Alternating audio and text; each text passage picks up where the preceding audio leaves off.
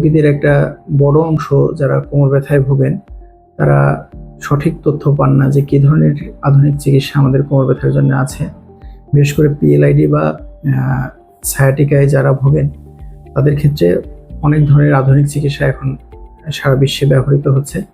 তার ভিতরে অন্যতম বলতে পারি আমরা এন্ডোস্কোপিক ডিস্কেক্টমি।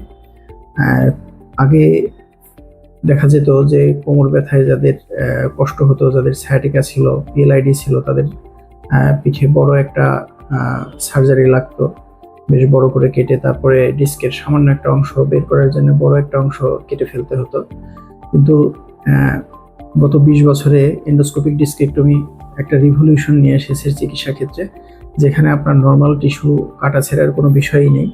সরাসরি আপনার পিএলআইডির জন্য যে অংশটুকু দায়ী বা ডিস্কের যে অংশটুকু শুধুমাত্র বৃদ্ধি হয়েছে সেই অংশটুকুই আমরা এন্ডোস্কোপের মাধ্যমে একটা চিকন ছিদ্র করা হয়। জাস্ট এই কলমের থেকেও চিকন একটা ছিদ্র করা হয়, 0.8 মিলিমিটার 0.7 মিলিমিটার মতো একটা ছিদ্র। সেই ছিদ্র দিয়ে একটা ক্যামেরা প্রবেশ করিয়ে, খুবই সূক্ষ্ম চিকন একটা ক্যামেরা প্রবেশ করিয়ে ওইখানের অন্য কোনো টিস্যুকে কোনো ধরনের কাটাছেঁড়া ছাড়াই আমাদের ডিস্কের বাড়তি অংশটা বের করে আনা যায়। এটাই হলো এন্ডোস্কোপিক ডিস্কেক্টমি। এন্ডোস্কোপিক ডিস্কেক্টমি এটার সব থেকে বড় সুবিধা যেটা, যে রোগীকে অজ্ঞান করতে হয় না। রোগীকে অজ্ঞান না করে পিএলআইডির যে রোগী তাদের জাস্ট যেখান দিয়ে আমাদের ক্যামেরাটা প্রবেশ করানো হবে ওইখানে লোকালি একটু অবশ করে নিয়ে তারপর আমরা একটা চিকন একটা সুই ঢুকাই, সুই ঢুকিয়ে ওইখানে সুইয়ের মাধ্যমে আমরা একটা ক্যামেরা প্রবেশ করাই। ক্যামেরা প্রবেশ করিয়ে তারপর আমাদের ডিস্কের যে বর্ধিত অংশটুকু শুধু টান দিয়ে ছোট ফরসেপের মাধ্যমে নিয়ে আসলেই দেখা যায় যে আমাদের রোগী সাথে সাথেই ব্যথামুক্ত হয়ে যায়। পিএলআইডি অপারেশন বলতে গেলে চিকিৎসা বিজ্ঞানে একটা বৈপ্লবিক পরিবর্তন এনে দিয়েছে, বিশেষ করে কোমর ব্যথার অপারেশনের ক্ষেত্রে। কারণ কোমর ব্যথায় অপারেশনে দেখা যায় যে রোগীদের দীর্ঘদিন হাসপাতালে ভর্তি থাকতে হয়, অজ্ঞান করতে হয়, সেটাতে কিছু ঝুঁকি থাকে। অনেক রোগী দেখা যায় যে যারা বয়স্ক কিংবা তার হার্টের কোনো এমন ধরনের সমস্যা আছে যেটাতে দেখা যায় যে তার জন্য অজ্ঞান করা কিছুটা ঝুঁকিপূর্ণ হয়ে যায়। সেসব রোগীদের ক্ষেত্রে কিন্তু এন্ডোস্কোপিক ডিস্কেক্টমি খুবই ফলপ্রসূ। কারণ এখানে যেহেতু আপনার অ্যানেস্থেশিয়া, জেনারেল অ্যানেস্থেশিয়া প্রয়োগ করতে হয় না কিংবা স্পাইনাল অ্যানেস্থেশিয়ারও দরকার পড়ে না, জাস্ট স্থানীয়ভাবে অবশ করেই এই বাড়তি অংশটা পরিষ্কার করে নিয়ে আসা যায়, যার ফলে রোগীর উপরে, রোগীর হার্ট কিংবা অন্যান্য অর্গানের উপরে কোনো ঝুঁকি থাকে না বললেই চলে। এটা পিএলআইডির চিকিৎসার এন্ডোস্কোপির একটা যুগান্তকারী সফলতা হিসেবেই সারা বিশ্বে সমাদৃত। পিএলআইডির কাদের ক্ষেত্রে আমরা কোন ধরনের পিএলআইডির ক্ষেত্রে আমরা এন্ডোস্কোপি করতে পারি সেটা একটা আমাদের জানার আগ্রহ।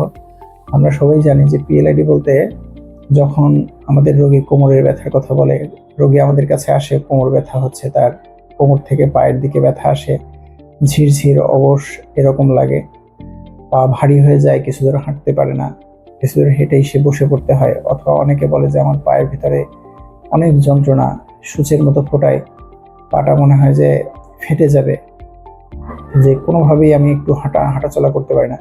সেসব রোগীদের ক্ষেত্রে আমরা প্রথমেই রোগীদেরকে বলি, কিছু পরীক্ষা নিরীক্ষার পরে যদি মনে হয় যে তার দুই হাড়ের মাঝখানের যে নরম জেলির মতো ডিস্ক আছে ওই অংশ ফেটে বের হয়ে গেছে, তখন আমরা পরীক্ষা নিরীক্ষা করে বুঝতে পারি যে আপনার হয়তো এই ডিস্কটা ফেটে নার্ভের উপরে চাপ দিচ্ছে, শিয়ার ধমনির যে অংশগুলা পায়ের দিকে সাপ্লাই দেয় সেই অংশগুলোতে চাপ দিচ্ছে, যার ফলে ব্যথা হচ্ছে। তখন আমরা তাদেরকে বলি যে আপনি এমআরআই করেন।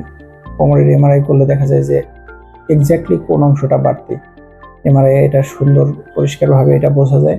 তার সাথে রোগীর ব্যথা এবং তার অন্যান্য সিমটম মিলিয়ে যদি মনে হয় যে ওই অংশটাই আসলে দায়ী, তখন আমরা রোগীকে বলি যে আপনি ইনজেক্টিভ প্রসিডিওর অথবা অপারেটিভ প্রসিডিওর অথবা এন্ডোস্কোপিক ডিস্কেক্টমির মাধ্যমে আপনি এটা থেকে মুক্তি পেতে পারেন। অন্য সব প্রসিডিওরের থেকে এন্ডোস্কোপিক ডিস্কেক্টমির সুবিধা হলো যে এখানে রোগীর নর্মাল যে শরীরের টিস্যু সেখানে কোনো কাটাছেঁড়া হয় না বললেই চলে। জাস্ট একটা ছিদ্রের মাধ্যমে যাওয়া হয়, ক্যামেরাটা বের করলে ছিদ্রটা আবার সাথে সাথে ক্লোজ হয়ে যায়। এবং এটা বলা হয়, অনেকেই বলেন যে এটা একটা স্টেজলেস সার্জারি, এখানে কোনো সেলাই দিতে হয় না। রোগী দেখা যায় যে অপারেশনের টেবিল থেকে রোগী হেঁটে নেমে যেতে পারে। একদমই মিনিমালি ইনভেসিভ। এর থেকে মিনিমালি ইনভেসিভ কোনো প্রসিডিওর হয় বলে আসলে মানে মেডিকেল সায়েন্সে নাই বললেই চলে। এর থেকে মিনিমালি ইনভেসিভ প্রসিডিওর এন্ডোস্কোপিক ডিস্কেক্টমি রোগীগুলা সাধারণত সেম ডেতেই তার ব্যথা সম্পূর্ণ মুক্ত হয়ে যায়। এক সপ্তাহ একটু আমরা রোগীদেরকে বলি যে আপনি ভারী কাজ করবেন না, এক সপ্তাহ পরে সে সব ধরনের কাজ করতে পারে।